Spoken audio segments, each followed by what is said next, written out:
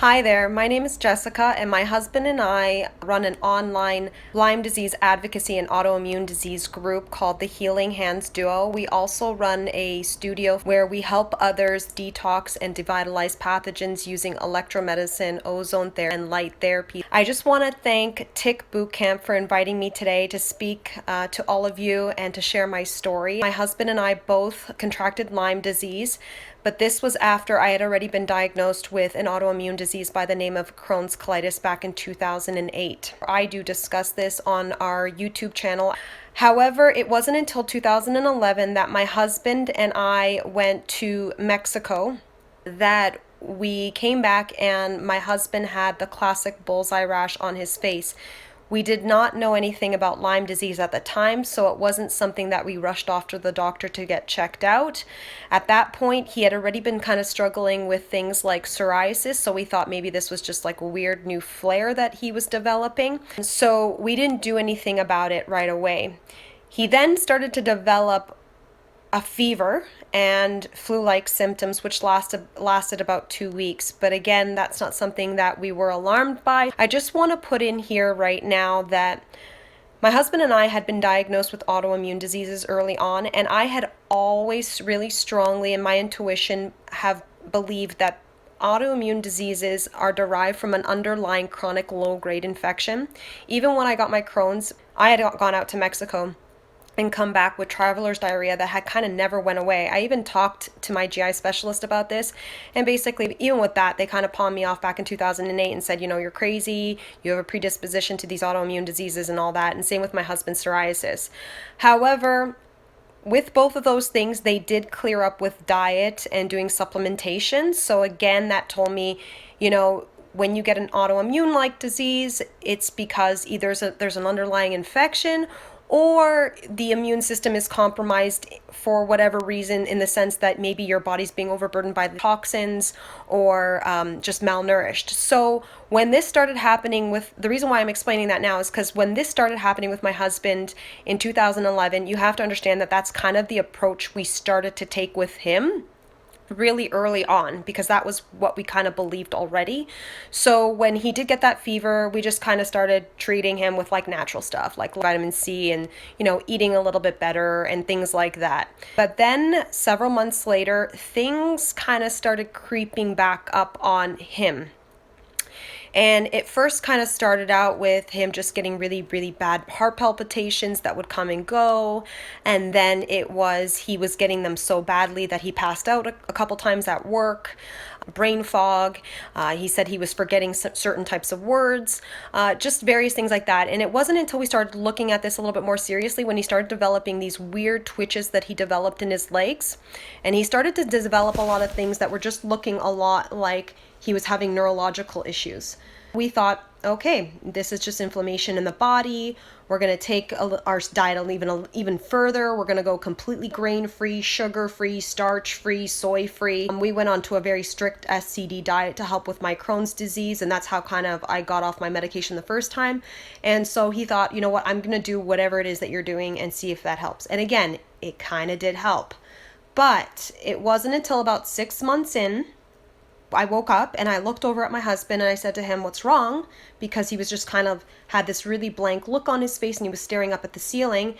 And he said, I'm blind. And I said to him, what do you mean you're blind? And he's like, I can see out of my right eye, but my left eye is completely hazed over. It's like there's a white cloud.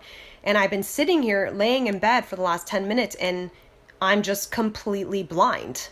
We jumped into the car and we headed off to the emergency. Little did we know that this would be a continuous battle back and forth with, honestly, I don't even know how many specialists and doctors we saw over the years. But this would be a story that would last us nearly 5 years before getting a proper diagnosis of Lyme disease. Because nobody would listen to us, we went back and forth, and nobody in Western medicine really knew what was wrong with my husband. However, they did try to diagnose us with about a million things. And the reason why I say us is because after my husband's 6th month of coming back from Mexico, I also started to flare up again with my Crohn's disease. And then I started developing all these strange things that popped up with me, like I was having weird weird floaters in my eyes. I was having tinnitus. I got really bad vertigo for 3 months where I couldn't even walk and I was throwing up from it. Then I got this debilitating inflammation in my spine. I would get these terrible migraines and ringing in my head and crunchy sounds, and my ribs were hurting, and I was having problems breathing. But then what they actually eventually said was he was, first of all, we got ALS. Then they told us lupus. Then they said, you know what, we think this is a rare form of blood cancer because his bloods were coming back extremely thick and his CRP levels were really high, as well as so were mine. They even said at one point, because we were coming up with all these weird skin stuff and yeast infections for myself, that my husband probably had AIDS and that we should probably both get checked for AIDS and syphilis. They tested us for that. We obviously came back negative for all that. But to make a very long story shorter, I should say, in the end, they started doing a lot of brain scans on him and MRIs, and they did start finding lesions on his brain, which then at that point they had concluded this is definitely multiple sclerosis, and that's what's happening with your husband.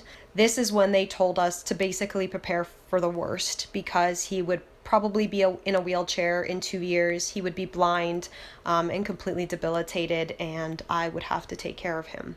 It was very scary. It was a very scary time, and not knowing and not having doctors listen, because for the longest time before they even started to diagnose us with these multiple autoimmune conditions, that's why Lyme is known as the great imitator, because it can really replicate a ton of different autoimmune diseases and other illnesses, and even cancer, which is another thing that popped up with both of us. I started to develop a lot of benign tumors that popped up and hemangiomas in my spine and in my liver, and my husband started to develop cysts in a lot of his toxic dental work. That's something else that we talk about on our channel I can't get into here, but this just didn't make sense to me that me and my husband had gone to Mexico and then come back, and yes, I had Crohn's disease at that point, but we had come back and he was extremely sick, like I was sick the first time I had went to Mexico.